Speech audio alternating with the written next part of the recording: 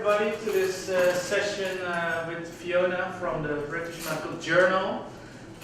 Fiona was trained as a doctor, but now editor-in-chief. So yeah, maybe you can introduce yourself a bit more, and then we'll start talking about the future of research.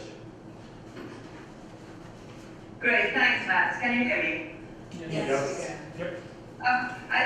If we've got time, I'd love to just go around and a quick introduction from you guys, so I can sense, is there sort of 8 or 9 of you in the room, so we should be able to quickly do that. Would that be okay, Matt? Yeah, that's fine. Maybe I will start. My name is Mats Koeneman. I'm a technical physician working at the Reshape team, the innovation club of the Radboud. I'm Michel Saleh. I'm not a medical person. I'm a father of a patient who's also very interested in research. My name is Ernst van Wind. I'm a program manager for integrated care in with GPs and primary care. I'm Valentin Bejan. I'm head of innovation at Momentum Mental Care. And many years ago, my master thesis was between bridging the gap between the practice and the practice and the academic theory. Thanks. My name is Juliette Ecker. I'm a hematologist in training, and I'm doing my PhD now on the e-health within hematology.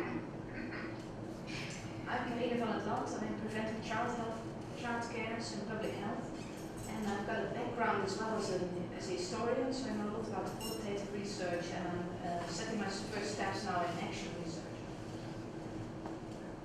Okay. My name is Menno Jansen. I'm responsible for e-health innovation with a big health insurance company in Holland.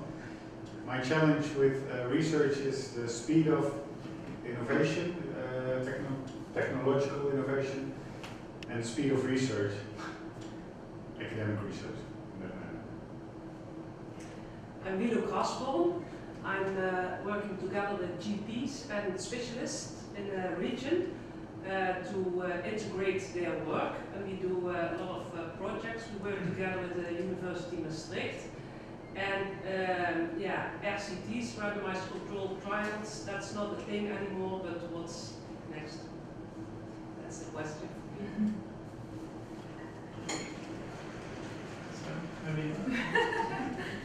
My name is Marieke Jansen ten Haag. I'm working with a patient organization, especially about heart disease. Hello, I'm Marleen van den Berg, and I'm the national contact point for the Horizon 2020 program on the Societal Challenge 1, Health, Demographic Change and Wellbeing. I didn't know that. Oh. Hi, I'm Rebecca Alma. I'm starting the October 15th as head of the research policy and research investments of the Dutch Heart Foundation, a charity research funder in the Netherlands. So that was the round. That's everyone, yeah? Yeah. Yeah. Fantastic. Well, thank you everyone. What a great spread of expertise we have in the room. So I'm Fiona Godlee. I'm editor-in-chief of the BMJ, British Medical Journal. I was a physician, trained as a physician, and I practiced as a general physician with hospital training, and have been at the journal as an editor for the last 27 years, to my surprise. I've done a number of other things on the way through, but I've been the editor since 2005. And the BMJ exists really to try and improve, to make a healthier world, help make a healthier world. So that's public health as well as healthcare, trying to find innovative, good ways to support healthcare professionals and also to encourage. One of the major thrusts of our work more recently has been to encourage participation and partnership with patients. So although we speak to doctors and to some extent nurses and health policy makers, we're doing as much as we can to try to encourage partnership with patients at every level. So the issue I wanted to talk about, or get your thoughts on really, and try and help you think through, would be about how we can improve the outputs of research, how we can make them more relevant and better and more effective to improve healthcare and to improve public health. So if I can, I'm just going to share my screen with you, which I hope will have on it. Let me see if I can do this. Yes. Sorry, no, hang on. I'm just doing that here. Sorry, I just lost. Put it down. Have I lost you, Matt? Are you still there? Yeah, we're here. Sorry, bear with me when I just pulled myself out. Here we go. So if I share my screen with you, and bring up this slide. There we go. Can you see the slide which says waste Yes. research? Yes. Can I make that full? Let me make that the full thing. Here we go. Okay. Can you see that? Yes. Yes. Okay, this is really just to get us thinking about some of the problems in research. This is work that was done by Paul Glasgow and Ian Chalmers, and really looking at how we can make research more effective. And you'll see at the bottom of the slide this figure, which is quite remarkable, that 85% of research is wasted in their view, and that there's over $100 billion per year of funds. I mean, when Donald Trump wants to stop funding for the NIH or reduce it, he may be right that actually there's a lot of wastage and we could do things better.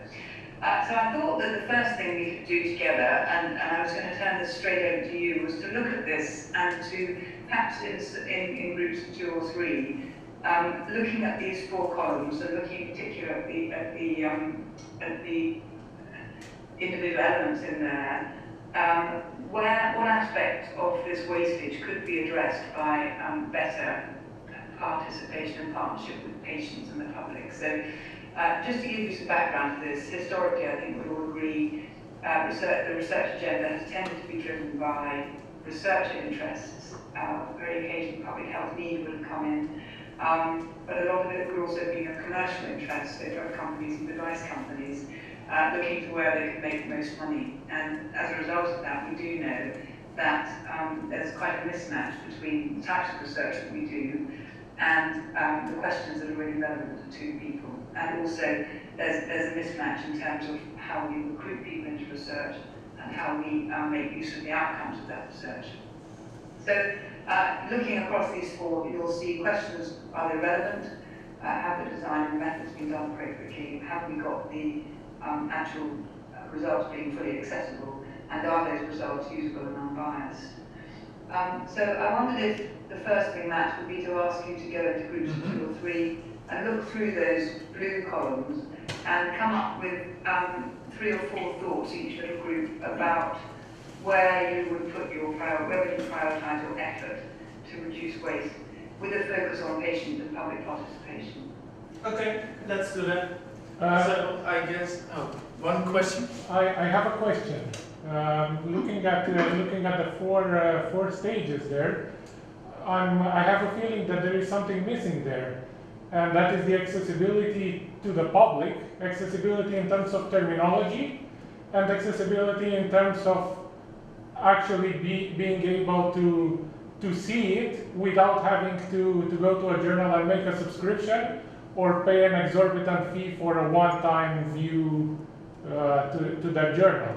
And by public, So if I might say, that would be very good. An additional comment would be what's missing underneath, because you might put that underneath the 3rd column. But I mean, I've just taken this slide from the paper, which was published by Paul Glasgow and Ian Chalmers. But you could add one of the questions each of the groups could address is: are there missing elements here? And that would be one of them. Yeah, so you want like maybe 5 or 6 questions in the end, right? Yeah, and then we can have a discussion about it. Okay, so maybe you 3, and then 3 of you, and then maybe the 4 of you. Okay. And then 2 questions.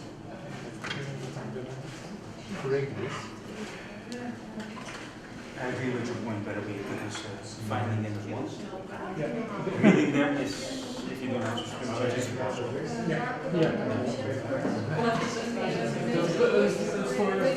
Also for patients patients and families, but also for professionals. Absolutely, yeah. When I was even working as a consultant, and we had money, we would still sometimes use it because we had a lot of professors also working. We would use their subscriptions because if we would have to, we would want to access 100 or 150 articles just to look over them to see. But even then, it was. It would have cost probably 10,000, 12,000 euros just to see the relevance. I'm not prescription, I have access to a lot of magazines, but still I have, especially because I'm doing my PhD in health innovation, and especially those journals don't have connectivity or access in the prescription for upload. As a professional, As a professional, I've never had access. Now I have access via a research center in Maastricht, but also via university. But what happened in my case is I was so frustrated by not having access that now somehow the principle I refuse to use articles. Just by principle, because I think part of it is public money. Why do I need to pay, like you said, 40, sometimes $120 just to read an article? You don't even know if it's useful. You don't even know if it's useful. We would go through a lot of things that we would maybe use 5% of them, maybe 2% of them.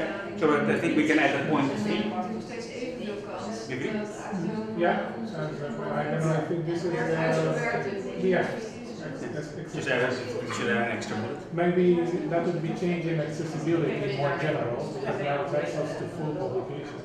And as a change says, so there's no open access new initiative. The other second point, by the way, I should also mention the point about being readable. So even if you have it, having it is one, understanding it is two, right? Yeah, that's the second point of accessibility, making it also accessible in terms of terminology, because right now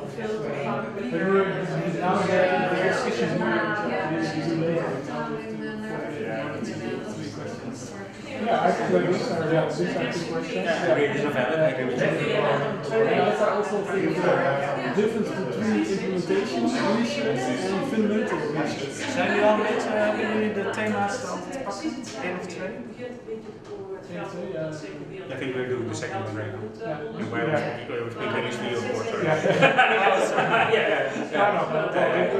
We started from one anyway. Yeah, you have to already.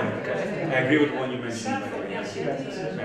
So the look back, fundamental versus applied.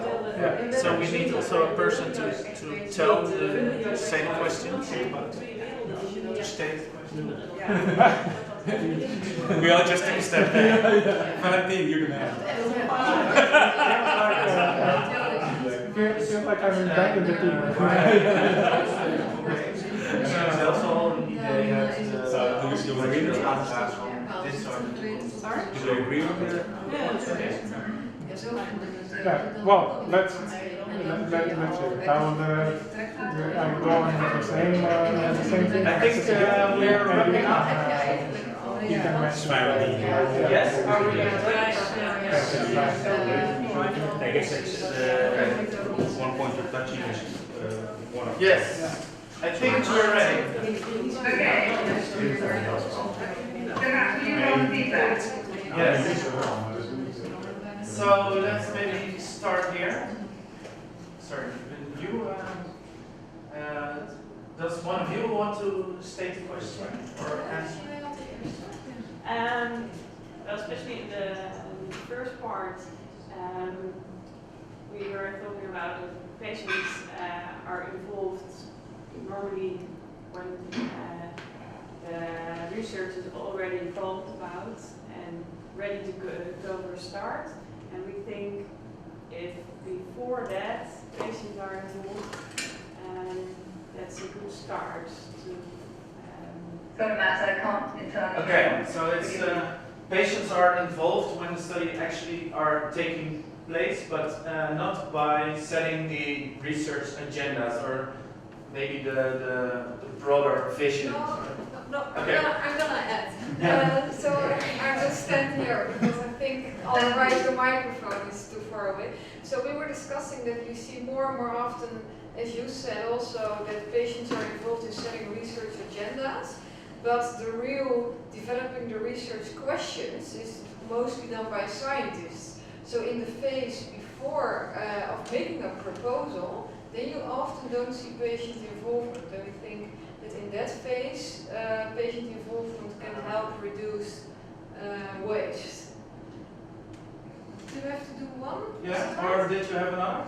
Yeah, well, the second was in the third category, and that I think that patient, public, but also other stakeholders can play an important role in publishing outside scientific literature, and also in a way that it is readable, accessible, and also fits needs of different stakeholder groups.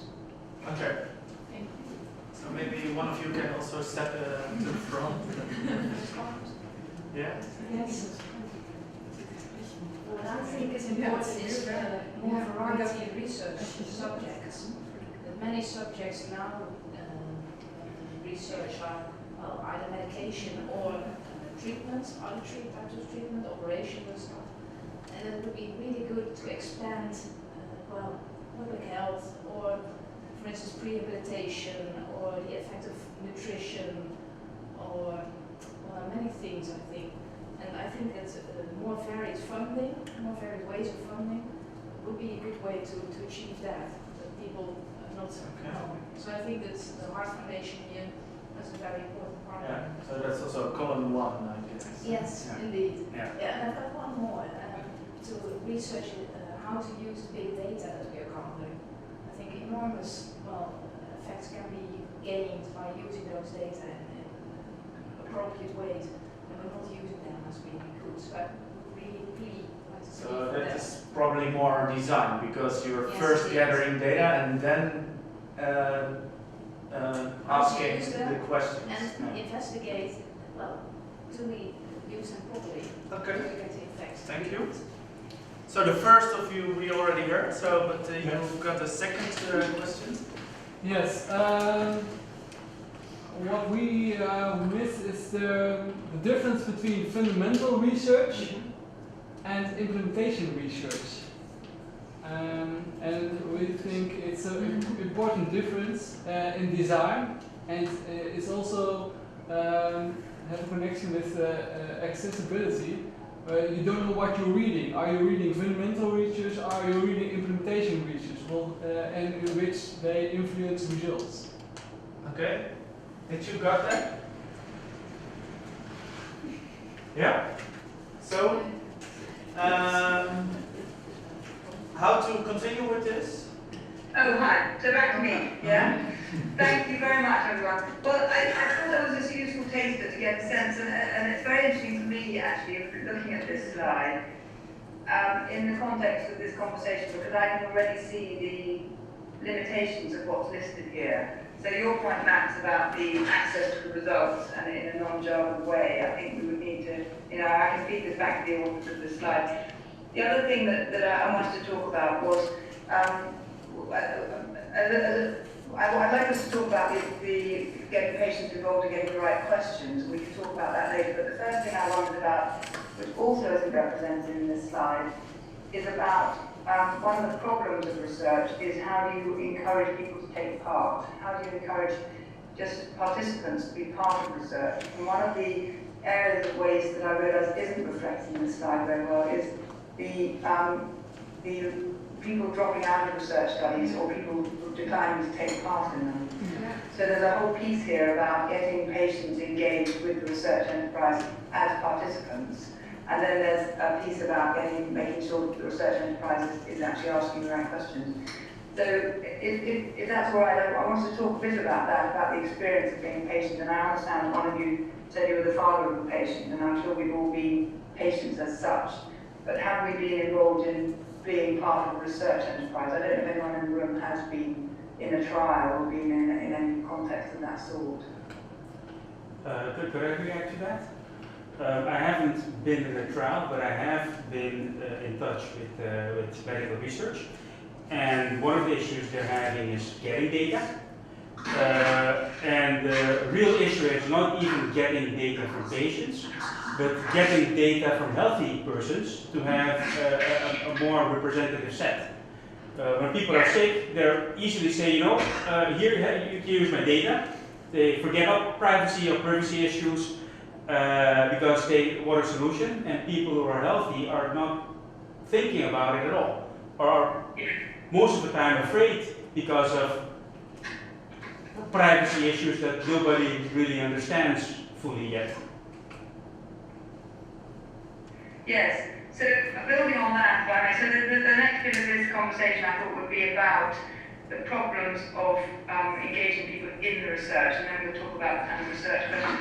I wanted to draw on a rather good bit of work that a person called Paul Wicks has done. He was interviewed also by Newsweek in July, and he's a patient activist and is a research activist.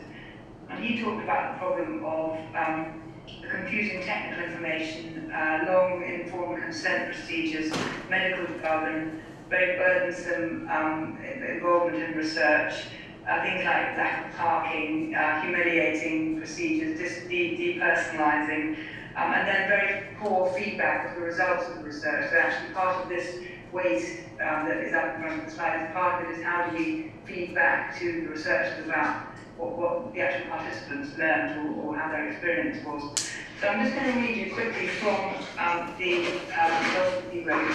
And maybe then we can have a quick discussion amongst yourselves about what your reflections are about that, and then we can talk about maybe some of the barriers and solutions to improving or understanding more about the problem of patient participation, because there's a very, very high, it's a very expensive job to recruit patients into trials, clinical trials, and there's also a high dropout rate even amongst those who do agree to take part. So let me just read you this from this is Paul Wicks speaking. He said, if you had to, how would you fit the study burden into your life?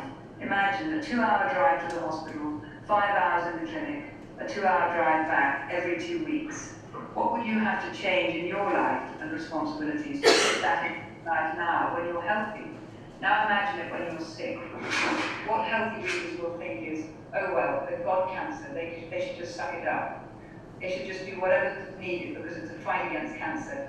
If it was that simple, recruitment rates wouldn't be as terrible as they are.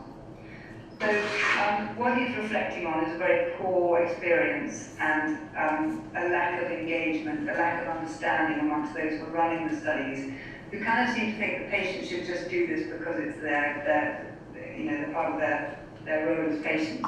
And I suppose the thing piece is, why do patients take part in research? Why should they? But in fact, why do they? How much of it is altruism? And how much of it is because they're hoping that they themselves will benefit, get a better outcome from the research? And what would the barriers be to taking part? I've mentioned some of them. And to begin to think about, ways in which one could redesign that experience and understand it better in order to get a better result in this wastage where we see research that fails effectively or gives disappointing results. So that's again, I think another quick chat about reflecting on what Paul Wicks has said, and some thoughts on that about how one might understand that better, and also how one might redesign the involvement of patients in research from your own experiences. Any direct thoughts on this?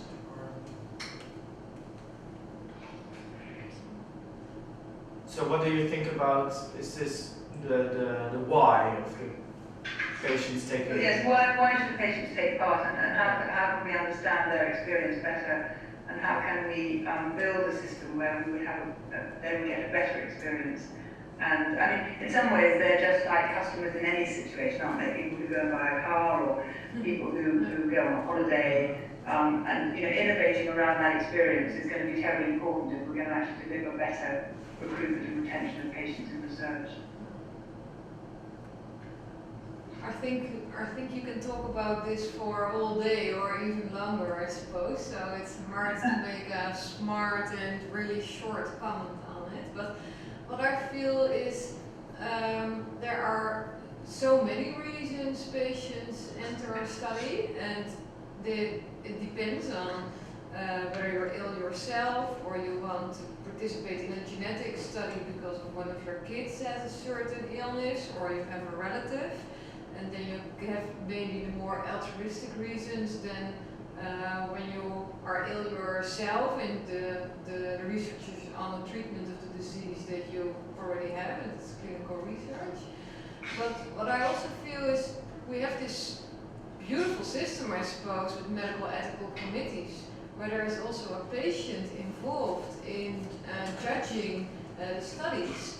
But we, from the Heart Foundation and together with the patient organization, are involving patients also in giving advice on the research proposal. But what we often see is that the patients advising on the research proposal disagree with the patients in the ethical committee panels. And that's is a real challenge for the researcher, because the researcher thinks, hey, well, I involved patients at the beginning and we thought we had a good protocol, but now the medical ethical committee says, oh, sorry, you can't do. For example, by giving feedback to patients, and medical ethical committees often say, no, you can't give this feedback at that stage to patients. Well, that would make it a lot easier for patients and a lot more fun to participate in a study. So I think that's one aspect that I would, interesting in see how we could change the system to do that better. So I wonder, do you recognize this, or is this? Yes, I absolutely do. That involving patients in the first, patients are one person, aren't they? They're just like a doctor is one person. So there are going to be a number of views, aren't there, about how a study should be done, and also having taken part in the study will also bring experiences that we need to find. I mean, could we find ways to loop those experiences back into the future research? There's a whole lot of information here that's being wasted. I mean, this slide is a kind of another example of where is the wastage at every point in the system, and you're identifying wasted expertise that is part of being a patient. Is that right? Yeah, that's true. So innovation will require ways in which to capture that feedback from patients, not only those who are just patients, but also taking part in the studies. Did I get that right? Yep. So are you maybe saying that patient associations should get a bigger role in this because they have the best overview of their selection of patients? No, I wasn't saying that at all. No, but is that one? It really depends on the patient organization and the patients involved. But I do think, I think what you're saying is right, that when you have participated in a study or you have a disease that is relevant for the study that's being proposed, that you have a very different perspective than when you are the ethicus. The ethical person in the medical ethical committee, or if you are the patient in the medical ethical committee, then I think you have a different perspective than when the research is really about you. So I think it would be better if you can involve the real expertise more in this, because that relates to what Michelle was saying, that the society often don't want to share data or think privacy is the most important issue. So there was also a comment from here, right? Yeah, I also think the public opinion is changing about research. So it's often too far away from the real life. And it's the real life is complex and research is simple. Once you have to formulate one question, and you need some IQ intelligence to understand the need of to make it simple. But the general public sees the complexity and that needs another approach and another design. And when I translate it to my work, when we ask an elder person in the with the GP in the GP room about problems with cooking, can you cook your own meal? They say no problem at all. And when you ask them at home, they say yeah, I cannot reach to the upper cabinets. I cannot bring the garbage to the garbage bin.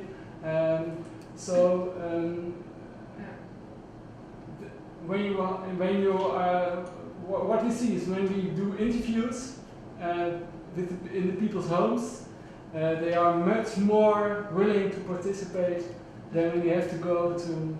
And that actually also solves the driving hours of the patients who were included in the studies. Yes. And it also speaks to the idea of real experience as opposed to reported experience. Yes. Some of the innovative models that I hear about being used in research design are getting real-time feedback from patients about what that's like to be part of the study, and also their real-time feedback in terms of improvements for study design in the future at the time those challenges are coming up. I think that's a very important point you make. Much better to be to not just take what people say, but actually watch them and get the time at the time. Yes. Could I add something? I think we're living in a beautiful time. Somebody mentioned big data already. We're collecting huge amounts of data about everyone. Personally, I think that if we were able to demystify the whole data collection bit, the whole big data thing, but also make it clear to people, because people are getting smarter too, let's be honest about that, make clear to them that with predictive technology, things they're hearing all the time, that they can always benefit by sharing their data. You get a completely different discussion. It's not about being a patient anymore, it's not about being ill anymore, it's about the general well-being of the community. It's a mindset change. Maybe I'm oversimplifying it, but I'm convinced that the moment is being overcomplicated, like I said previously with the big data discussion stuff, because in medicine, privacy laws in Holland make things pretty difficult. Yeah, You talk about a mindset change. I think that's very interesting. How would we change the mindset? How would we change it? I think you should remove the thought. No, let me put it differently. I think you should plant the seed that we are doing this, that it's normal, that we're sharing, because we can do a lot with this, and we don't always even know what we can do with it. But just the thought of not being too afraid to share data. Now, I'm not saying throw everything open, right? I'm not saying publicize your messages to your partner, stuff like that. But especially medical data, which you can anonymize to a certain level, just share. The issue of feedback, direct feedback, always remains an issue. But then again, if it benefits the community, and if people are convinced that it benefits the community, and if people really feel that somewhere down the road, maybe they, their friend, their neighbor, of somebody they don't even know would benefit from it, you will get a different mindset. But like I said, it's planting a seed, right? This won't happen in a month, this won't happen in a year, but maybe 3 or 4 generations from now, it's normal. Yeah, and what I feel is a bit of a problem here is that people should share their data on an altruistic note, right? Because they don't actually get the direct benefits in this case, and sometimes when clinical trials they can actually benefit themselves. So I think this is a difficult discussion. So maybe what like the big insurance companies do, they also collect big data, but they, how you say it, they do this to actually improve quality of care directly. So that's the message they're selling. So I think you should think about these kind of things because people will not share their data without return. Yeah, you can simplify it, right? You can force first have the discussion. What's the benefit? Should it be direct, or will I benefit if my neighbor does not get some bad illness that will cost the community much more money, which will always cost me money? You can also say, let's make it really simple. If I'm an insurance company and I think I can gain something from this, just give people a discount on their insurance if they share. You can simplify things, but even I still think it's about planting the seed, right? It's altruistic, which I don't think it is, because in the end it will benefit you indirectly also. But still, if we need to give a discount to plant the seed, maybe we should do that. Maybe back to Fiona. Yeah, I mean, the whole issue of data sharing is a really fascinating one, and it is an innovation which is going to radically change the research, the way we do research. And you're quite right that it's a complicated thing. Different countries have different laws. I was very struck by the fact that when we talk about clinical trial data, so this is sharing clinical trial data after the event or during, that actually in Scandinavia, which I think of as quite an open and forward-looking society, it's actually illegal. So they've got, there are laws in place that make these things illegal, then there are ethical issues that make it illegal, and then there are commercial considerations which I think we need to try and fight through. But actually, interestingly, there are patient groups that are currently bypassing the whole thing. So Paul Wicks, who I've already quoted, is a very innovative clinical trialist, but also a patient advocate. And he has written very interestingly about the fact that patients they're not waiting for their data to be shared, they're sharing it themselves, and they are breaking the code of the trials they're involved in and hacking into the and sharing the data across, so that they're saying, I'm on the placebo, I think, because I haven't had any side effects, and I'm getting this, and that they're just doing it themselves. So unless we, the research community, get busy and start relaxing or innovating, we're going to find ourselves with patient groups who are so empowered that they're not going to just sit and wait to be fed little crumbs of information. They're going to be actually driving this. So, I mean, I think personally that's very promising. I'd rather like that, but it's got to be done in a way that respects the science. Otherwise, we're going to be in real trouble. So I think it's a fascinating idea. And then the whole business about big data. How do you incentivize people to allow their data to be shared? In the UK, we have a problem where the public, I think, is moderately supported, but the medical profession is very reactionary and determined to try and hang on to health data. And is spreading alarm amongst the public and saying you can't trust these systems and your information won't be safe. And the medical profession is doing that. Well, I don't know why. It's hard to quite work out why, because they feel that they will lose, or because they genuinely don't feel the patients would be better served. So there's quite a lot of barriers to a much, what I think would be a better world, where we are more able to share data and can do so in a very productive way for research. Matt, I'm conscious of time, and do we have to finish at 2 o'clock? Yes. So I wonder if we could do a bit more thinking around the setting of the research agenda, which is we took, in your feedback, you seem to focus on that as, it seems to me, a clear area where if we're asking the wrong questions, we're asking them in the wrong way, we're not taking into account really what patient experience is. Someone made a point about the basic research versus the implementation research. I think in both areas, when you're talking about human medicine, human health, I think we can find scope for implanting patient perspective in there.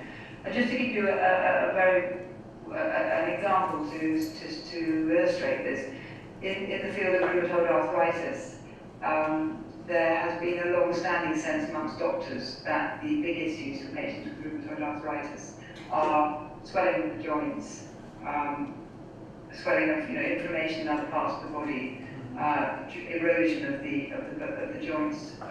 Those have been the big things that people have been looking at: X-rays, inflammatory markers, those sorts of things. But actually, when you ask patients what they mainly, when someone actually thought, let's ask the patients what are the big issues for them, highest on the patients' priorities was fatigue. But the one thing that wasn't the pain, obviously that's horrible, it wasn't the swelling, which are the two very medical side of things, it was the fatigue, the tiredness, the inability to get on and do with their lives. So that was, it's a small thing, but it has completely changed the way in which research agenda has been focused, and putting fatigue in as an outcome to check whether treatments improve that aspect of a patient's life has really changed things in that particular field.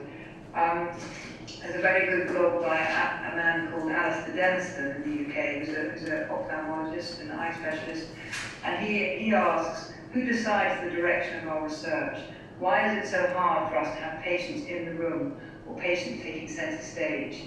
And there is good change. There are things happening. I'm sure there are good things happening in the Netherlands. Certainly in America they've got PCORI, which is a patient-centred research institute.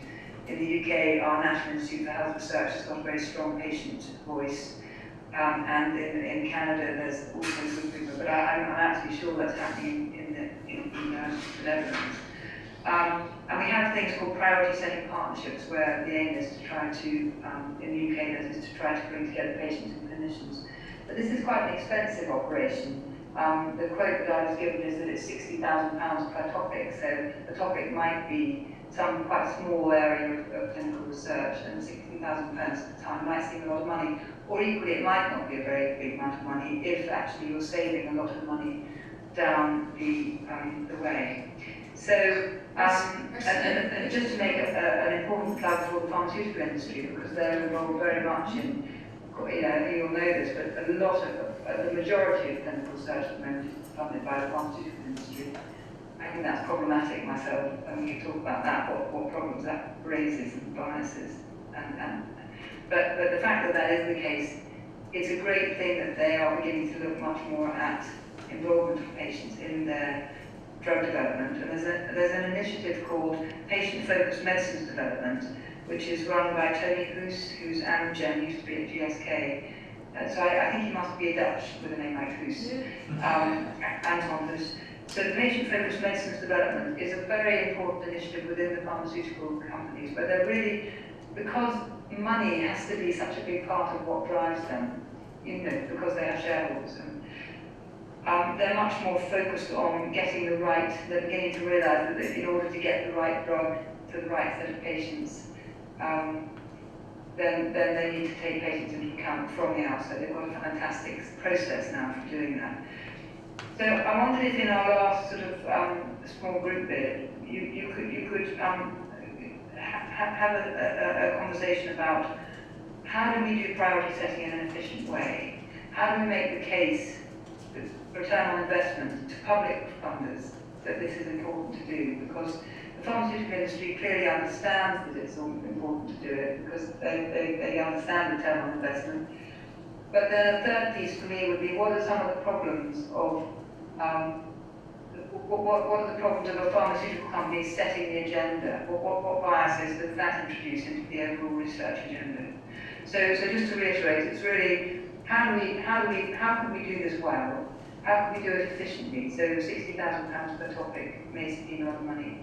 How do we make the case that we've got to do this more and more? In fact, in every case. Well, why aren't we doing this all the time?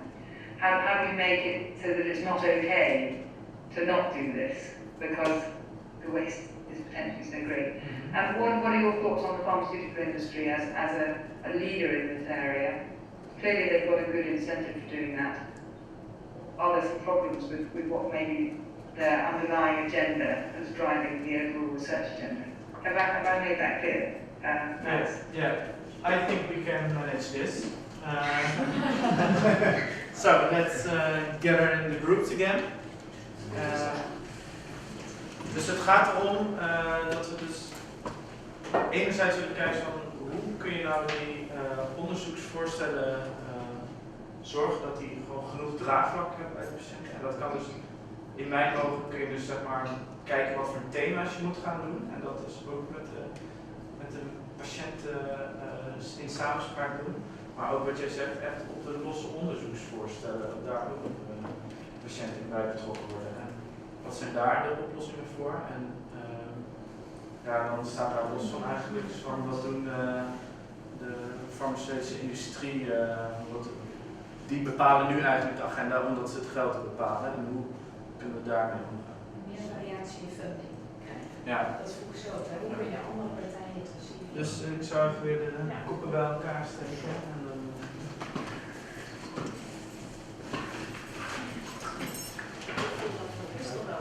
I think that on the discussion needs to be a bit separate.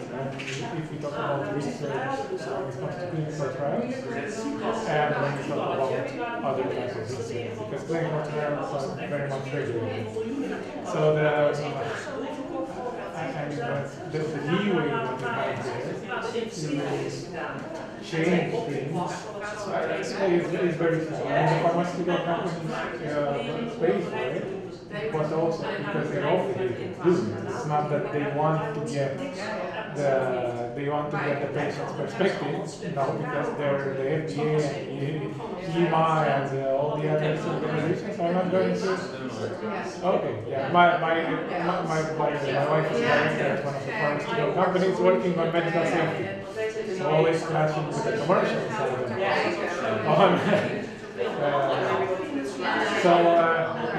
It's not that they are doing this because they're really interested in the patient perspective, that they are, they have to do it. It's as simple as that. They have to do it and they have to get results, and based on those results, their drugs are going to be marketed or not, they're going to get approval or not. So there's and what to choose, to choose the agenda. Now it's when you have the heart foundation and you have the diabetes as well, and the ones with the most funding are loud voice. So but when you have to have the meaning of the public. So, for example, the Nijmegen new region. It can be possible that there are some problems. The doctors experience some problems with patients. Also, patients experience problems. So when they have to make a table. It's more than only the patients, but also the city of Nijmegen and the public who lives in it, also the professionals who are, which we love. My English is very bad. Dus hoe zorg je ervoor dat er meer meningen komen die ook het patiëntperspectief vertegenwoordigen? Dus je wil zo meer instellingen, ja. Niet alleen patiëntinstellingen, ja. There is a rise in patient-reported outcomes. I think there's a very big clash with the current traditional academic system. And that's a problem because in my research, my experience with problems, it's not more interesting enough. It's like second-hand medicine. Like all the big new medicine trials and the and then you have, okay, patient experience and quality of life. And it's like, that's inside, it's a big problem. That's a problem as well. You don't have to read publication chances are very small. That's a big medicine project for little children and adults. But also, I think it would be, het zou heel goed zijn om de implementatieagenda te koppelen aan het onderzoeksagenda. Want dan denk ik voor een veel breder bedrag.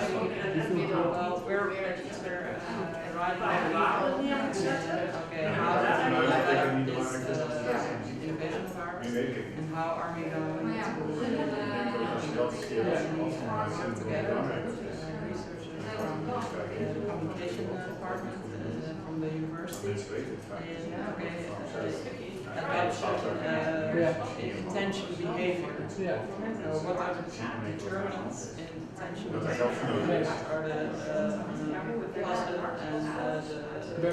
and exactly.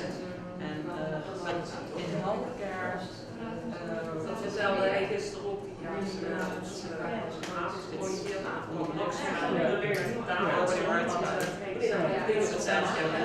very nice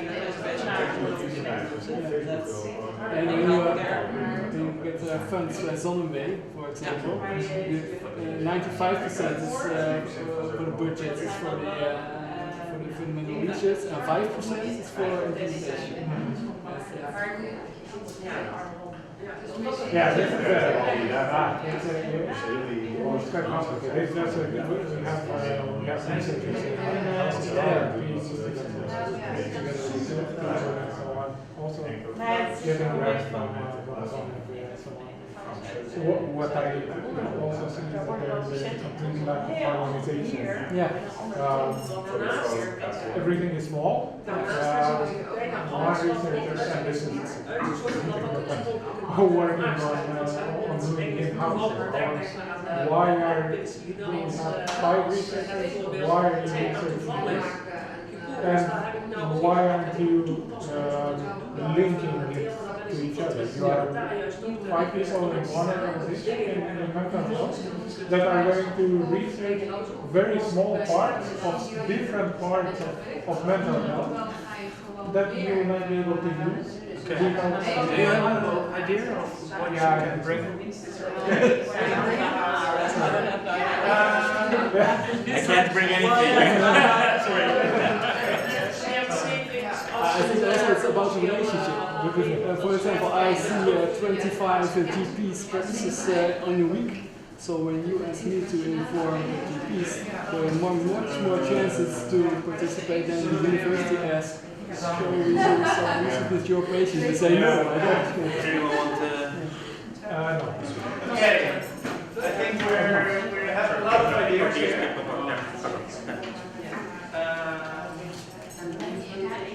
So, yes. Yes, can we have the attention again? Okay. Well, I heard some great ideas. So, yeah, maybe you can start with your ideas. It's a bit soft to be. We have been brainstorming about some resources for innovation. Third thing was crowdfunding. That will do with at this moment and works very well. We invite a lot of rich people at big evenings where they can make donations. But also very important, we want that the benefits will come back to the community. There is a nice example of the football players when they are sold for $10 million, $20 million to a big, how do you call it, a big football Clubs. Yeah, so then 5% of that money has to come back to the first where he was educated. Yeah, so we saw yesterday this example of how you use the iPhone. Like 95% of all investments is done by research within the military and stuff, and the 5% of the last investment which Apple is doing is taking all the profits. So actually you should make a feedback loop into the first 95% of investments to share in the profit. So and the crowdfunding was one, and I also heard now in the Netherlands it's obligatory to have public money combined with business money for research proposals, which is not actually that great, because then also the business is always having his say, like say pharmaceutical companies in our field. So maybe you could also use some kind of